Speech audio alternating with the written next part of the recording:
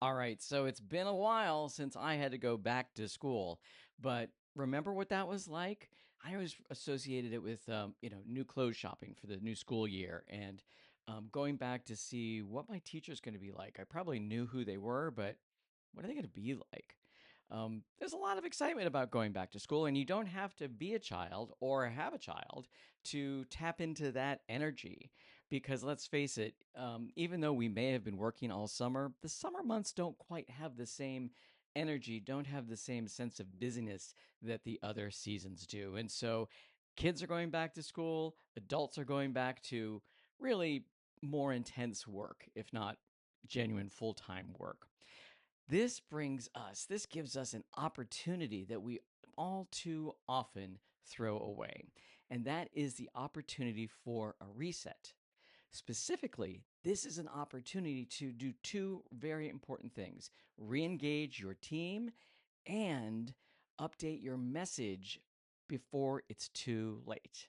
And in this video, I'm going to explain exactly what I mean. We're going to talk about how you can use this time, this shift, to engage your team and get a sense of how connected they are with you and your message, and how to do the same with the audiences that are most important to your success. Ready? Let's get started. Let me tell you a little story. In the small Cape Cod town of Provincetown, once upon a time, there was a drugstore on one corner, really more of a um, convenience store, and a liquor store on this corner, but they happened to be owned by the same family. One day, I'm walking, not paying any attention, not really thinking, just on autopilot, and I walk into the liquor store and think, why are they selling dandruff shampoo? They had switched and I didn't realize it because I was on autopilot. Now, just like going back to work, it could be easy just to jump into your old routine and just do what you were doing before. But this is, as I said, a great opportunity to take a step back and think about where you are, what you're doing, and how the people around you are doing, and what they're feeling and thinking and hearing. We are all creatures of habit. And when you shift from one routine into the next, that requires a pause. And that pause is what I'm talking about. So the first step is to check in with your team. Sit them down and ask them how they're feeling about the work you're doing as marketers, as communications professionals. How do they feel about what they're doing? How do they feel about the message that you are sharing? Do they believe it? Can they talk about why your work is important and why the work of your customers are important? Can they talk about what it is you do exactly and the three or four things that that differentiate you from all the other options people have? And can they talk about your brand's personality? Probably they can, but um, it might have slipped over the time. And it's important to see how connected they are with that. And really, do they believe it? Because if they don't believe it, two things are happening. The message is going to become less authentic, it's going to lose its oomph. And it's probably a bellwether sign that your customers are feeling that way too, or they will soon. So check in with your team and get a sense of, how are they feeling? What are they thinking? And do they believe what you're doing? If the discussions go well, great. If they don't, also great, because as I said, that is a bellwether sign that things are about to go south, and you have the opportunity to fix them beforehand. And the next step to doing that is getting a sense of where your audience is, where your clients and prospects are.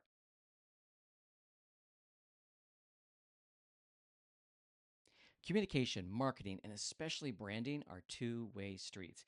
And it's easy to forget that when you are focused on telling the world your message.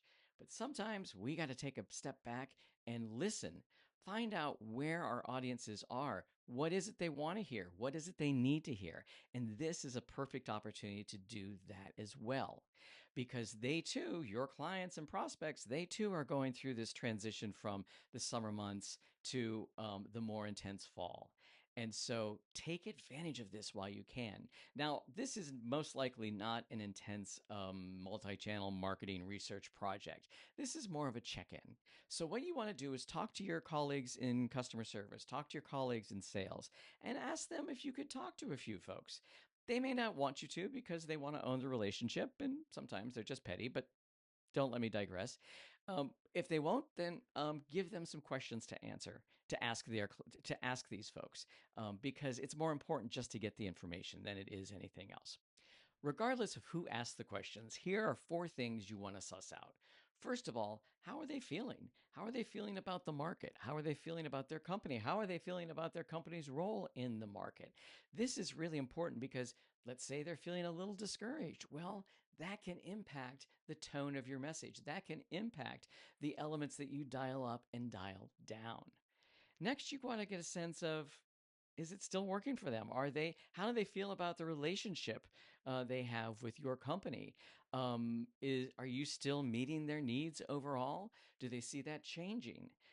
This is really important because if there's just some polite, oh yeah, things are great, that's a great sign that you need to, again, dial some things up, make some changes, re energize the communications that you have with them. Next, and this one's really important. Oh, they're all important. Next, um, see if they can articulate what's different about you than your competitors. Can they talk about what makes you unique? Can they talk about why your brand is your brand?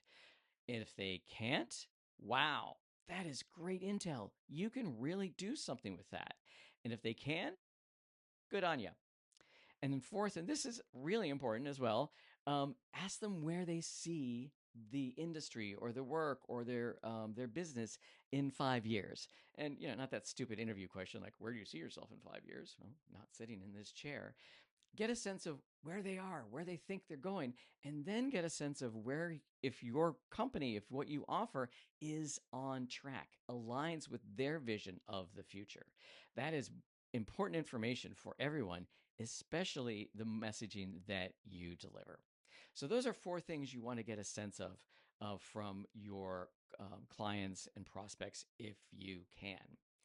Now, if for some reason you start asking these questions and there's a can open and worms are absolutely everywhere, then that's the time to stop. That's the time to stop and bring in all of the big guns and figure out what to do next. That's when you're going to need a more robust market research effort, a little akin to what we do in the ask phase of our ask, build, and connect methodology, because this is probably something you can't just tweak, something you can't just fix over the course of a month or two. Okay, now let's put it all together. So we're really vibing on this back to school energy. The first thing I want you to do after you've had these conversations is go to your trusted thought partner, whether that's your co founder, other peers, leaders, or just people that you trust in the business. Bring them around and share with them what you found. What we want to do here is get a sense of, are they surprised? Are they feigning surprise? Yeah, right. Of course. What did you expect? Or are they genuinely surprised at the information you're finding? And then ask them if they see any holes, if they see any gaps, if they see any assumptions that might be present that influenced what you heard back. And also get a sense of if they think that what you learned is um, indicative of everyone, or is the sample size too small to really be of any use? So, assuming that all goes well, it's time to create some maps. You want to map out where your customers are now in their understanding of you, in their feelings about you, in their feelings about what they do and what you do. And you want to map it out to where you want them to be. So if they're ambivalent now, you want them to be excited. Where are they now on that scale? How do you get them there? And then we're going to talk about that in a second. So you want to figure out the path. You want to figure out where they are and where you want them to be ideally. Now, there's a lot of factors that can go into this. For example, if you are about to relaunch your product, or if you're about to acquire somebody else, or if there's big changes coming, you might just, that path might just be, you might want to just stay the course a while until you have something really exciting to share. So it might seem like a simple exercise of, well, they feel this, we want them to feel that. It can be more complicated than that, can be more nuanced. So think about the landscape of what's happening, what's going to happen, and then where you want your folks to be. Here's where the fun starts. And here is where you accomplish those two important goals. First, re energizing your team, getting them excited about what they do. Second, saving your message before it's too late or making the necessary tweaks so it never needs to be saved. Here's where you're going to do that. And first, you're going to start with sharing with your team what you found, pretty much the conversations you had with your trusted thought partners. Show them what they see, get the reaction. Do they think it makes sense? What do they think are the challenges? And be open and honest and get them to discuss. And no wrong answers. Just hear what they have to say, and then charge them with taking your map of where your customers are, your prospects are, and where you want them to be, and say, okay, now how do we do that? How do we get them there? Well, you might ask, why not have them make the maps? Well, there's a very good reason, and it really is just expediency. You probably don't have time because we're talking about just the fall here. We're talking about a very short period of time. It's kind of like the difference between asking them to write a recipe for soup and having them see if there's too much salt in the one that you've already made. So put them to work planning out how they're going to move the message from where it is now to where it wants to be. And this has the added benefit of getting them excited because nothing brings people together better than solving a common problem. And you've got to bet that if they had a hand in crafting this message, they're going to be way more passionate about it. They're going to be way more engaged with how it comes to life. And that will translate into authenticity, which is absolutely, positively one of the key ingredients of a strong brand.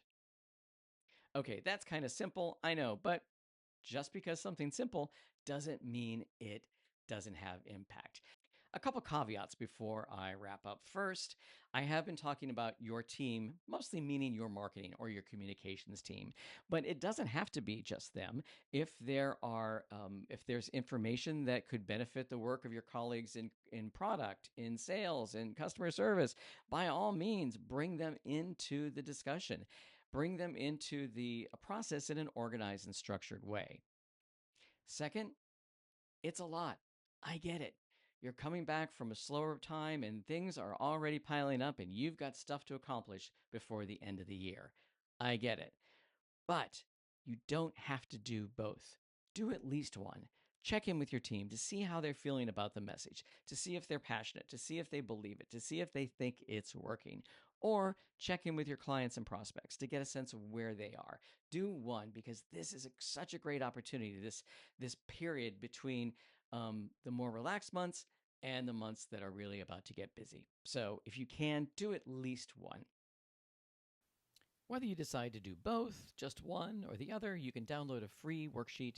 The link will be in the descriptions, and it will walk you through step by step everything we've talked about so far in this video.